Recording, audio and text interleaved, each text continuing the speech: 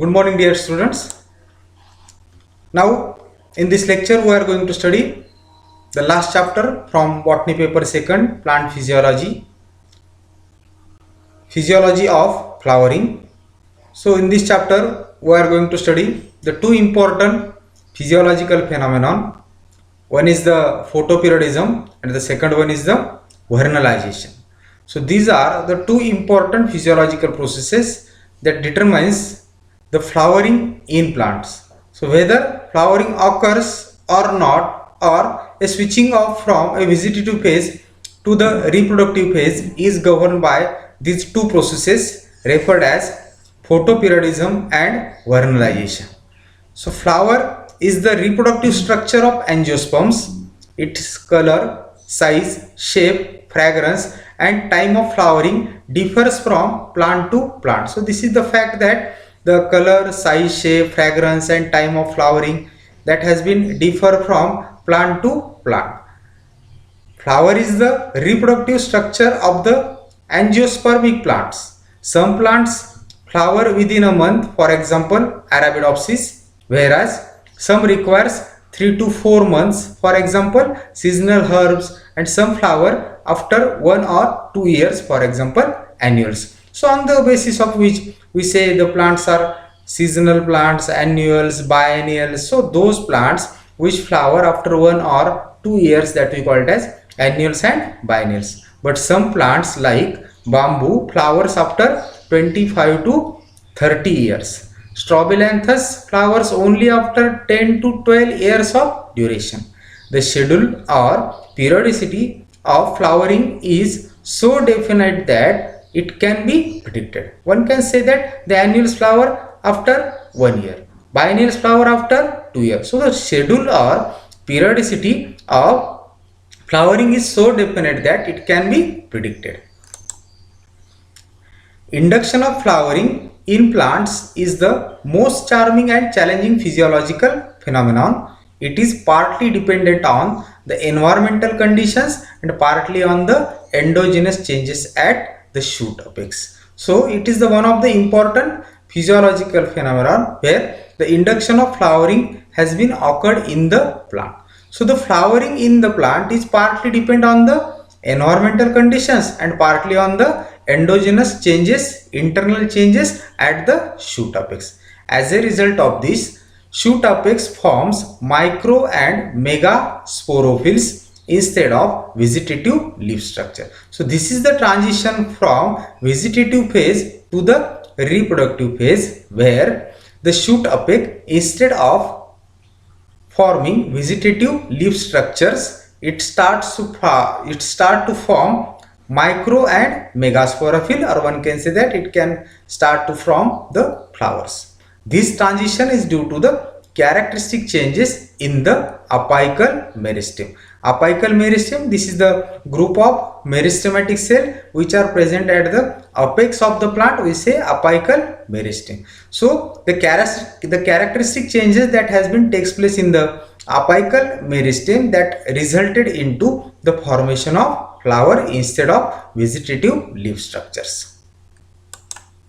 Flower formation is very precisely regulated and controlled in plants. Many factors together switch on this morphogenetic program of flowering. It includes the transition from vegetative phase to the reproductive phase. So when the flower formation takes place in the plant, there is a change from vegetative phase to the reproductive phase. Vegetative phase is characterized by the formation of root, stem and leaf. Okay, when the plant completes its vegetative growth, start to reproduce the flower. So it starts its reproductive growth. So this transition, this change from vegetative growth to the reproductive growth, or vegetative phase to the reproductive phase, has been induced by many factors together which switch on this morphogenetic program of flowering. The redirection of vegetative apex to the formation of flowers is autonomous.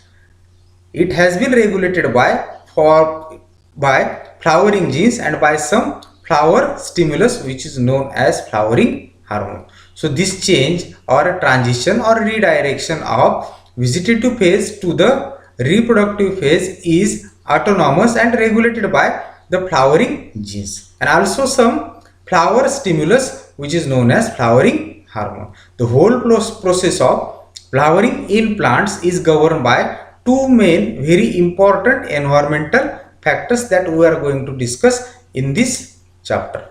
The first one is the duration of light received by the plant, which is known as photoperiod or photoperiodicity.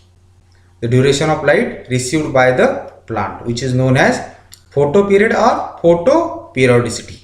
And the second one is the low temperature given to the seed or to the plant is known as vernalization. So these are the two important processes that govern the flowering. Obviously, this has been environmental factors, the duration of light received by the plant, and the another one is the low temperature given to the seed or to the plant. Both the processes, that is photoperiod and vernalization, that regulate the process of flowering in the plant. Or in short, I say that the initiation of flowering in plant has been induced by either photoperiod or vernalization. So these are the two processes which determines the flowering in the plant. So these two processes we are going to study in this chapter. Now the first one is the photoperiodism, the concept and definition.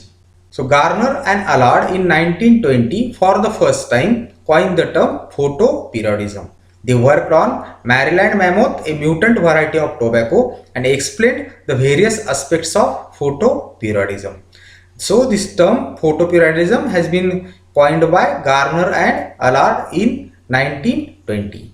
Photoperiod is the amount of time per day that a plant is exposed to light or darkness. So if you consider the photoperiodic cycle of 24 hours, one can say that there is a 12 hours light and 12 hours darkness.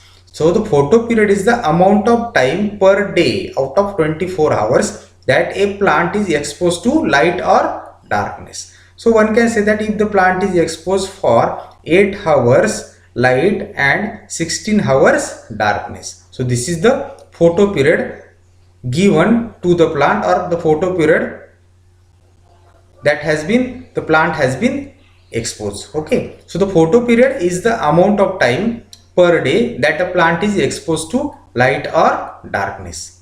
It controls the various aspects of reproductive development such as flowering in plants. Flowering in plants depends on the day length or photoperiod received by them. Day length or photoperiod received by the plant that determine the flowering in the plants. The flowering response of plants to the length of daily illumination or day length or photoperiod is known as photoperiodism. The flowering response of plant to the length of daily illumination or photoperiod is known as photoperiodism. Another definition has been given. It is the flowering response of the plant to the relative lengths of light and dark period. So the flower induction in the plant that has been determined by the relative lengths of light and dark period. Here the word used is the relative lengths, means if the daylight, if you consider it is 8 hours, then the dark period is 16 hours. If the light period is 12 hours, the dark period is also 12 hours. Okay. So the flowering response of the plant to the length of daily illumination or length of day or length of photoperiod or day length, it is known as photoperiodism. It is the flowering response of a plant to the relative lengths of light and dark periods, that is called as photoperiodism. The duration and order of sequence of light and dark period is very important in the initiation of a photoperiodic response. But in reality, the duration of dark period is much more important than the duration of light period.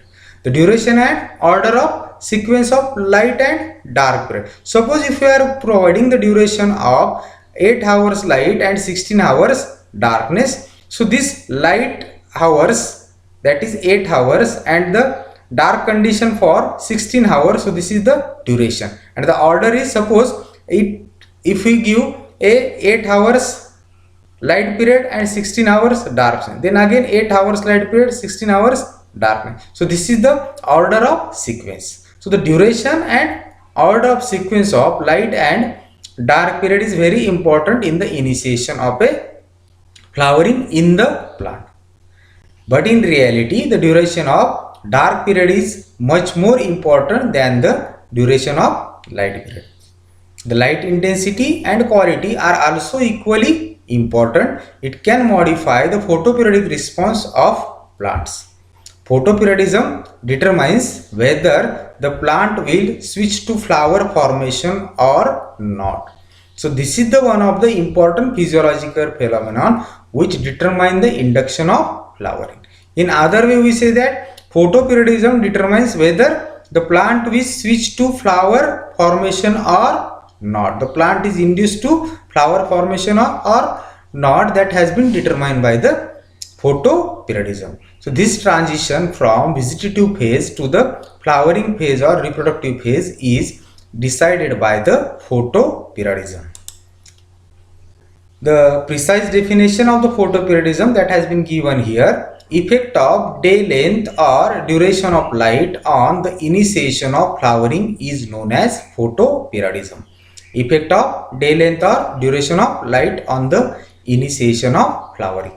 So this is known as photoperiodism. Okay. So this is about the concept and definition of photoperiodism. So in the previous page we seen that the flowering response of the plants to the day length or photoperiod is known as photoperiodism. So this is also the important one definition. The next one, the flowering response of a plant to the relative lengths of light and dark period. So this is also good for the definition. Next thing, the precise definition: effect of day length or duration of light on the initiation of flowering is known as photoperiodism. Okay. Now we are going for the classification of the plants. So on the basis of daily illumination or day length or photoperiod required to induce flowering in plants, they are classified into three types.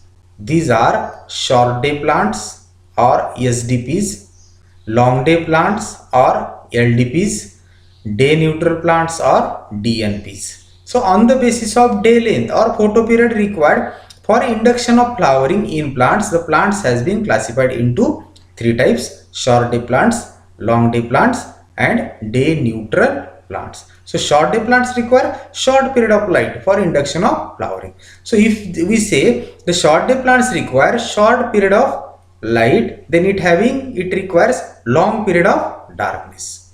Similarly, long day plants requires long day period or long day length or photoperiod for induction of flowering, means it having short period of darkness. And the third one category is the day neutral plant. So in this plant, day length or photoperiod means light period and dark period that are immaterial for the induction of flowering. They can flower in any condition. Okay, whether it is a short day condition or long day condition, or whether it is a long darkness or short darkness, they can flower in any condition. They are neutral, day neutral plants. Okay, so these are the three classes of the plants on the basis of day length or photoperiod required to induce the flowering in the plants. So here one figure has been given. Suppose this is a 24 hours cycle. In this, the 6 hours period is a light period, and the remaining, that is the 18 hours period, is the darkness. So this is the one case where what is the response of the plant. So the day length required for flowering in three categories of the plant. These are short day plants, long day plants and day neutral plants. Suppose if we provide a day length less than 12 hours to the plant, and if they can flower, such plants are called as short day plants. Okay, so these plants requires day length or a light period or a photo period less than 12 hours. Here the period given, it is approximately, I say it is 7 hours or 8 hours, and the remaining suppose if we say it is a 6 hours, then the remaining 18 hours darkness has been given to the plant, so such plant shows flowering. So this day length less than 12 hours. Okay, the next one category that we called as a long day plants, if the day length more than 12 hours. Suppose here the day length given, it is around 16 hours, then 8 hours darkness. So under such condition these plants flower, we say these plants are long day plants because these require day length more than 12 hours. Similarly, the third one category is the day neutral plants. So day length immaterial, then 12 hours for flowering. Whatever the day length or daily illumination that has been provided to the plant, it is 8 hours or 16 hours, or one can say if you provide 16 hours day length and 8 hours darkness, this plant can flower. Or if you provide 8 hours daylight and 16 hours dark period, these plants can also flower. So these plants are called as day neutral plants. So the day length, it is immaterial for flowering in these plants, so they can flower under any condition of light and dark period. So this is called as the day neutral plant. So these are the three categories of the plant: short day plants, long day plants, and day neutral plants. Okay, do you get it? The classification of the plant has been made on the basis of day length or photo period required to induce the flowering in plants. These plants has been classified into three categories: short day plants, long day plants, and day neutral plants. So if you see the definition of the photoperiodism, the effect of day length or duration of light on the initiation of flowering is called as, or is known as, photoperiodism. So on the basis of which the daily illumination or day length or a photo period required for the induction of flowering, we classified the plants into three types: short day plants, long day plants, and day neutral plant. So from this figure it is very clear that if we provide day length less than 12 hours, some plants can flower. These are called as short day plants. Okay, if we provide the day length more than 12 hours, then long day plants show flowering, and the day length immaterial for those plants which you called as day neutral plants. They can flower in any condition of light and dark period. Okay, so this is the classification of the plant. So when we classify the plants, it is classified into three main categories: short day plants, long day plants, and day neutral plants. Okay, so in detail we study these plants in the next lecture. Thank you.